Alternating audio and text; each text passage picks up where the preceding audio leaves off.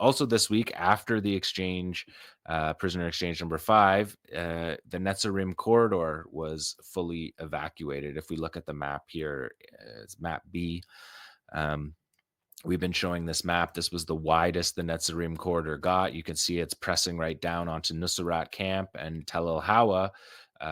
It's in the second Intifada, when Netzarim was a settlement, it was not a budding Tel El Hawa. So the fact that they expanded the corridor this wide during this war was something that was they saw as a huge strategic gain, although militarily it's not, because it's a wide open piece of land, as you'll see coming up. But on the date of evacuation was overnight, February 8th, and by 8 a.m. Sunday morning, the 9th, the IDF had evacuated, and IDF Army radio had said the IDF completely withdrew from the Netzarim corridor tonight, and that was 8:28 a.m. on 9 February 2025. So the Netzarim corridor was fully defeated, and you can see in this next map, this is the Israeli admitting that that the Netzarim corridor was defeated, because we had reported previously that the western edge had been opened up, and that's what created the Great Return. More than 500,000 Palestinians returned in the first 36 hours that was open along the coastal road. But Salahdin Street is more the highway, and they had a checkpoint temporarily on that for a couple of weeks.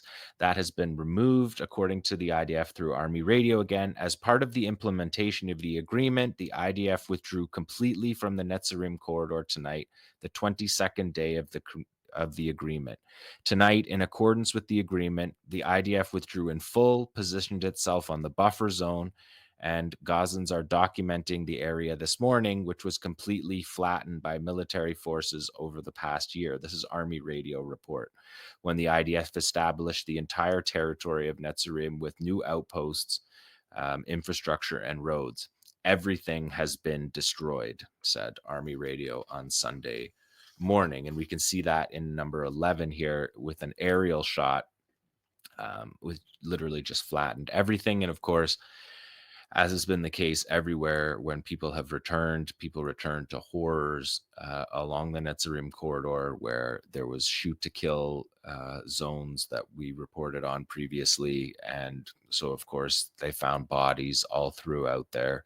The Israelis burned the houses that were partially standing before they left. They burned all their materials, something they did in 2005 as well.